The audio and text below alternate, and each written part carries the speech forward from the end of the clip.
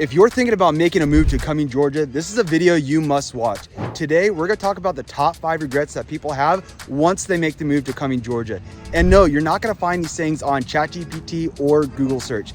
And you're gonna be completely shocked at one of these things because we were shocked when we made the move. One of the things that people regret when they move to Cumming, Georgia is this nasty, weird smelling odor that it's in the air. And it's not all the time, it's only really during the summer. And that is the chicken processing plants that are here locally in Cumming, Georgia. In fact, there are 3 different ones. We were driving down the road. We moved here in the month of August, and later on, probably 2 weeks later, we're driving down the road, and my son is like, "Dad, what the heck is that smell? What did you do?" And of course, I first blamed it on the dogs, or my one dog in the back, because I had no idea what that smell was, but it got worse and worse. Well, we ended up finding out exactly what it was, and that is the chicken processing plants here locally. Like I said, there are 3 of them here in Cumming, Georgia, and it doesn't stink up the entire city, but definitely if there's a little bit of a breeze on a warm summer day or warm summer night, you're going to catch a whiff of it, and it's something like you've never smelled before, especially if you're not from the area. Yeah, this was definitely a thing that we were not aware of until we got here. And luckily we have found out it is only a couple days a year, like Rob said, hot, humid, and some breeze. So there are some surrounding neighborhoods that we definitely would want to avoid when we are helping our clients find homes, because we hate to put someone in a home and then they say, "Guys, what did you do? It smells so bad here a couple times a year." We had a friend that came up from Alpharetta, which is a neighboring city, and they didn't even know about all the plants that are here locally in Cumming. And they're like, "Dude, why does Cumming, Georgia smell?" And funny enough, where we came from, that city also smelled for a weird reason. I don't know if it's something that we're just attracted to and the weird smells, but yeah, that is something that will shock you when you move here and maybe even regret, because I know that I have a really strong sense of smell, so I can smell anything even a mile away. And I picked up on that. Actually, I wasn't the first one to pick up. My son Carter, Carter picked it up first. Yeah. But yeah, it was just a shock once we figured out that that was here in Cumming, Georgia. Luckily, when we bought our home, it wasn't anywhere near that, because I would have said, we got to sell that home ASAP. The next thing we are going to talk about may not shock you if you're somebody who is kind of moving locally or living in a more rural area.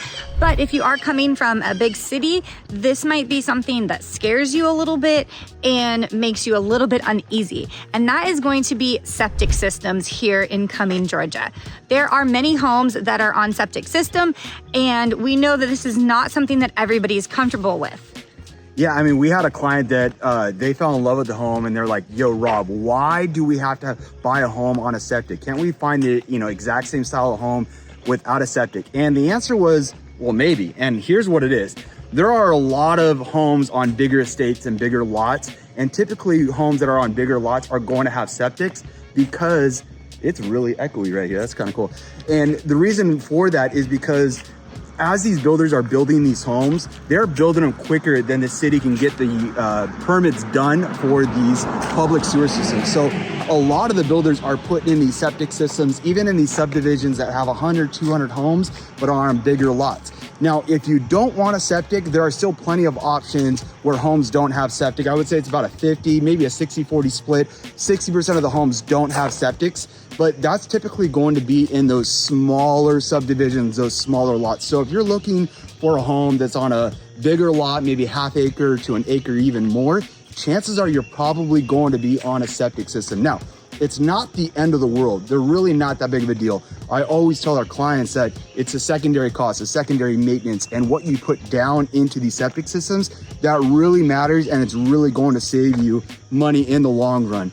You cannot put certain things down into the drain that's gonna go into the septic system. So those are just things to think about. Now, I know that when we bought our house, we bought on a septic. We've owned a house in the West Coast that was on a septic, so it's not really that bad, but this is where it caught us off guard, and that was what we wanted to put in our backyard. I wanted to put a little miniature golf course, right? No big deal, you can do that with a septic, but this one right here wanted to put a pool in our backyard. Yes. And we could not do that because you have to be within 20 feet of not only the septic system, but the septic lines that run off, the leach systems, I think is what they're called. Now, if you want to put in a pool, there's still, still different ways you can do it, but you definitely want to get a little bit of a plot map or find out where that septic is within that backyard, because sometimes that septic is actually in the front yard of the home. So it allows you to to still have septic and a pool. Oh, I'm dying over here.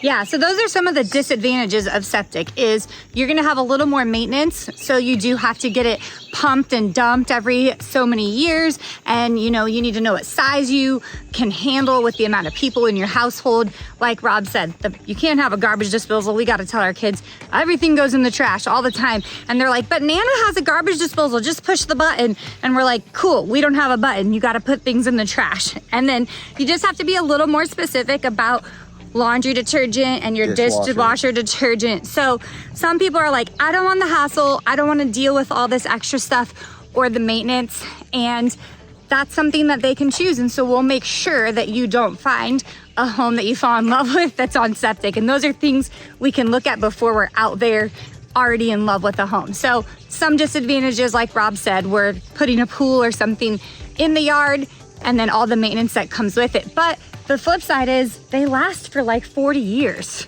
Yeah, they last a long time. Now, you do have to do more maintenance than public sewer because as Amber said, you have to get it pumped and dumped, which I think is kind of like a fun little song, pumped and dumped. But when you're doing so, that's every 3 to 5 years, like what we like to say. And that depends. If you're a guy and got long hair and you have kids with long hair, or you have all girls in the house that are constantly having hair fall out and down the sink, well, that's gonna change how often you're getting it done. But on the flip side, I mean, if you got a lot of guys in the house, you might have to get that thing pumped a little bit more because they're constantly in the bathroom doing you know what. So yeah, there's a lot of things to consider when buying a home, whether it's on a septic or whether it's not on a septic. And if you're buying a resale home, how old is that septic system? That's really going to change a lot of things, especially you're negotiating when buying that home. Now, this is the one that completely shocked me. I think it shocked you too, Rob, when we first got here. And that is going to be the insects and the wildlife surprises. We knew, people told us there's bugs in Georgia, there's bugs, you're gonna have mosquitoes, blah, blah, blah. We knew that, we were prepared for that. But what we were not prepared for was some of these extra insects, bugs, and wildlife. And that was something we really definitely had to adjust to. The first thing I want to talk about is those carpenter bees. Take it from here, Rob. Yeah, so the carpenter bees, they look like, bumblebees. They don't come after humans. They're not trying to bite you, but what they do is they burrow into the wood. So if you have a patio deck that is, right in the backyard like our house is, and you have these bees, they just literally go in and eat the wood, burrow in there, have their eggs, and then they multiply. And it's the craziest thing because they fly into these holes and then they never come out. And they have like their whole little colony within that little beam of wood. Now, there's different ways to get rid of them, and it took us a little bit of time to figure it out, whether that's spraying some kind of chemical, some good chemicals. This one over here has always got the good chemicals, but spraying some things in there or just sealing the holes up once they're inside, because once they're inside, they're not flying out. So there are ways to get rid of these carpenter bees, but it's definitely something that shocked us because they were big. I mean, they're black and yellow, and they're like the size of my thumb, and there's a lot of them, especially if you have, wood posts or anything like that. Now, if you have a brick home, and that's why four-sided brick homes out here in Georgia are so popular, well, they're not gonna burrow into the brick. Now, outside of the carpenter bees, there are some other bugs that get on the patio, not a big deal. But let's talk about some of these other things as far as the wildlife. I actually hear the cicadas right now. They are noisy bugs. We first learned about them in Texas, and we have them here in Georgia. They're not all year round, but they make this weird buzzing noise, and the kids are always freaked out. They think there's like UFOs in the bushes or something, and they think it's so weird because we've never actually seen them. And they look like little aliens once you do see them. Oh, have you? Yeah, they're pretty small, or they're pretty big, like that big, but they look like little aliens in the ground. And so they're in the trees, and they make the weirdest sounds, and they are really annoying, but they become white noise and actually come kind of calming actually at the end of the day. And the good thing is they're not destructive like those carpenter bees. So we've touched on carpenter bees, the cicadas, and snakes. Okay, snakes. Let's go snakes. So here's the thing. Everywhere you go in the United States or anywhere throughout the world, they're going to have snakes. It's a different type of snakes that you're going to get. Now, we do have Lake Lanier, and yes, there are snakes inside the lake. And I don't want to say too much about that because she'll freak out. But outside of the water, you're still gonna have various types of snakes. Sometimes they're poisonous, sometimes they're not. But the ones that are not, man, they get big. There was this eastern black snake that we caught in our neighbor's yard, and it was huge, about 6 or 7 feet long. Ugh. And it was thick, and it was just chilling. Now, I'm not much of a snake guy. I don't hate them, I don't like them, but our neighbor picked it up, and man, this thing was huge and it was thick. And although it wasn't venomous, the kids kind of freaked out a little bit. Now, You didn't tell me he picked it up. yeah, he did. Oh my God. Now, on the other side, the venomous snakes, there are copperheads out here, and they do hide in little bushes like behind me, and we're right next to a golf course. You'll find them out there constantly. So I always recommend, if you're buying a house that has a wooded lot, which a lot of these homes do have, be careful of the snakes. They will roam outside of your house, but sometimes they'll get in. And we've caught 1 or 2 snakes inside of our home or in the garage. And they're little small ones. They're not really that, not mean or aggressive or anything like that, but that could shock you, especially if you hate reptiles and you hate snakes like Amber does. It's going to freak you out a bit. Now, let's talk a little bit something that's not as freaky. It's something that's a little bit more cute, and that's all the deer that you get. Now, we get it. We're in the South. We're in Georgia. There's deer. But especially here in Cumming, Georgia, because of Lake Lanier and just the body of water, allowing them to go down to the river, to the Chattahoochee water, and be able to drink their water, the deer are everywhere. Now, they are cute. And when we first moved here, we were taking pictures of them. We loved them. We saw them in Austin, Texas as well. But here's the thing.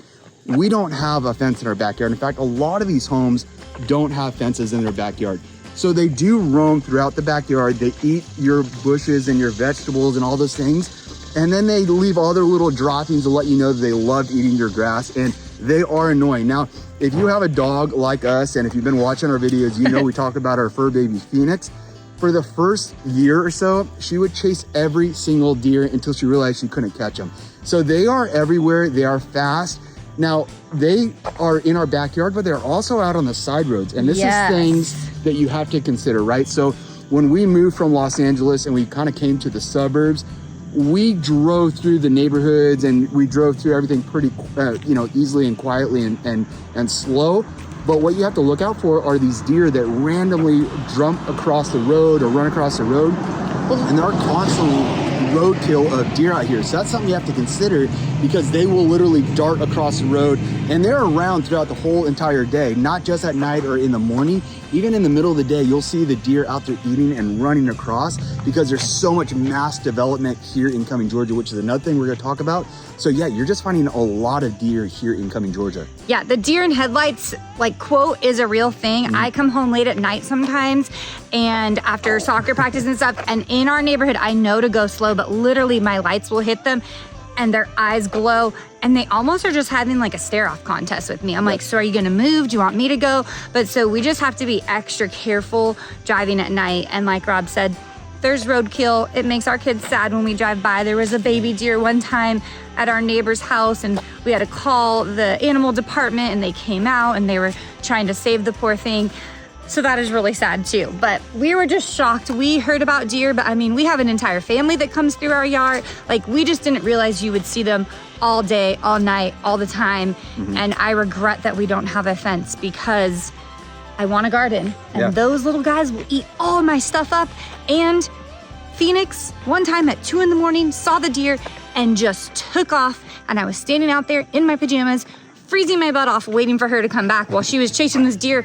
I don't even know where, because we had no fence. So I know people will regret some of these things about living here. My mom would hate the bugs. She would freak out, and she would be okay if she could be inside all day when there's some bugs going on. But all in all, we are not super upset about the bugs. We're able to contain them. We just had to adjust with those carpenter bees and some other things. But this might be something you do not want to deal with here in Cumming, Georgia. Now, this is one of the regrets that we kind of touched on ever so slightly, and that's all the development going on both the residential and the commercial side. A lot of people are moving to Cumming, Georgia, because they want that slower paced lifestyle, which you're definitely going to get. But what shocks people is all the mass development going on. In fact, there are over 25 or 30 new subdivisions currently being worked on or being built right now as we speak. And the craziest part is this isn't even the fastest growing area. Just north of us in Dawsonville is the #1 or #3 or maybe #5, somewhere in there, of the top fastest growing areas in all of the United States. So if you're looking for something that's a little bit of a slower lifestyle with no development, Cumming, Georgia is not going to be for you. But if you're looking for that slower lifestyle, and yet maybe you want some new construction, then definitely take a look at Cumming, Georgia. Now, from a commercial standpoint, there's also a lot of things going on from the commercial standpoint, as far as new buildings being put up, new offices being opened, new businesses being open for family entertainment, which is great. Now, I always like to say, if an area is not growing, it's dying, and Cumming, Georgia is definitely growing. Now, it does bleed into other concerns such as traffic and the schools. Now, I know Amber is a big nerd when it comes to the school stuff. I'll let you take it from here, babe. Yeah, we are experiencing some of that pain of growth right now. Our daughter's school needs a new building, and they started on it midway last year. They hoped it was going to be done by August of this year. It's not. So our daughter is in a trailer, and she always says, I don't feel like I'm part of the school. It's not a huge deal, but just something you have to deal with. And because they're doing so much construction on campus, the roads are closed and kind of all being messed up and worked on right around the school, creating more traffic congestion in the mornings and the afternoons for drop off and pickup. So, you know, you have to be willing to live through those things. We know that eventually that added building is going to be huge for this school, and it's gonna be great.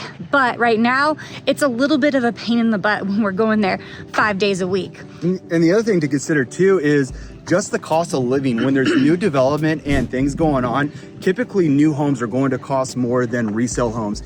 And that is exactly what is happening. Here in the South and in Georgia, you would never expect cookie cutter subdivision homes to be close to $1 million. Yet here in 2025, that's exactly what we are experiencing. And so from someone who is on a fixed income where their taxes are going up every year, this can definitely be a big regret to some people, because although you bought your home whenever that may have been, your taxes are consistently going up as the home prices are going up. So it's definitely something to consider when you're looking at that. Now, Amber talked about the traffic with the schools and also the roads, and there are quite a few roads where they're changing everything. They're going from 1 lane on each side to widening it to 4 or 5 lanes on each side. And what comes at is all the trees coming down. People who are from the South, who have been here for generations, they can't stand this because it's taken away all the natural beauty to make the roads a little bit wider, or put in these subdivisions or these restaurants or these buildings. So although that is a good thing when it comes to the real estate and your equity standpoint and prices going up and new development, it can definitely have a dramatic effect on your pocketbook and your checkbook down the road when you're paying your taxes every year. Yeah, one of our clients really wanted a new construction home, and we had 30, 40 different places to choose from here in Cumming, but she had lived in new construction before, and the one thing that she hated was dealing with all the construction in the neighborhood while the other homes were— nails. Yep, while the nails are being built, the noise, all of that. And then she also realized there was no grocery stores, banks, gas stations close to her in this new neighborhood because they were still building it. You know, they're putting up homes faster than they can get the commercial buildings built, like Rob said, or expand the schools and the roads. And she's like, I am not dealing with that. I'm not taking 12 minutes to get to a grocery store. So we had to kind of narrow down some of these communities for her that were already towards the last phase. We knew that they had some grocery stores close by, and get her and her family in a spot that was gonna make their daily life really convenient. We did not want them to move here and be frustrated with their home choice, but we still wanted to let her have that new construction feel. So some people, if they don't do good research, if they aren't talking to their real estate agents and really working together to find what they want and what's gonna fit their needs, they could possibly regret moving to an area that's having so much development going on right now. There are a lot of areas within Cumming, Georgia that are tucked away behind the trees that you had no idea that was even there.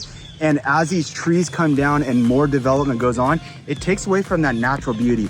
So that is something I definitely noticed driving down the road. I'm like, hey, look, a new subdivision. Hey, look, they're tearing down that area. So it can take away that natural beauty. And like I said, living here in the South with all the beautiful trees, that is something I hate to see go. But at the same time, I love to see the area growing like it is. The last regret on our list that people have said after moving to Cumming, Georgia, is the lack of nightlife and the walkability factor here in Cumming. And this is something we have definitely experienced. It doesn't affect us that much because we are not night owls and we are definitely family oriented. And Cumming is very family oriented. So last weekend we went out to the Cumming City Center. Our friend's friend was playing in the band. We took our kids, our dog with us, Music starts at 7 p.m. We hung out till about 9:30. I was extremely tired by 10 o'clock. Our kids were still running around, but music ends at 9 o'clock. And you see everyone start to gather and go home. There's a couple of bars and restaurants still open a little bit later, but it definitely winds down around 9, 10 o'clock at night here in Cumming, Georgia. That's great if you're family friendly. If you are the person that wants stuff open, you're not even getting out till 10 p.m. That's when you're starting. You are definitely gonna regret moving here because there's not gonna be nothing for you that's going on. Our friends who just moved here from Spain, tell them what they said to you when we were out at the Cumming City Center. Yes, we were listening to music. We got there around 7 o'clock. The band started at 7. And fast forward 2 hours later, a couple of drinks later, and everything's ending at 9 o'clock. And they were super confused. And well, they're from Barcelona. And they said, why is everything shutting down here at 9 o'clock? And I said, well, welcome to Cumming, Georgia, because that is just the way it is. So there are a lot of people that when they move to Cumming, Georgia, they're looking for more of that nightlife, that walkability. And yeah, there are some places that are open a little bit later, and there are some places that are walkable. But if you're from a major city like New York or Chicago or even LA, you might be shocked at the walkability and the nightlife that you get here. Now, we get a lot of people just like you reaching out to us every single day who are thinking about relocating to the Atlanta, Georgia suburbs, and we absolutely love it. So if you are thinking about making that move, make sure you reach out to us. Our phone number is on the screen below, and make sure you hit that like and tell us what your biggest regret may be before you move to Cumming, Georgia.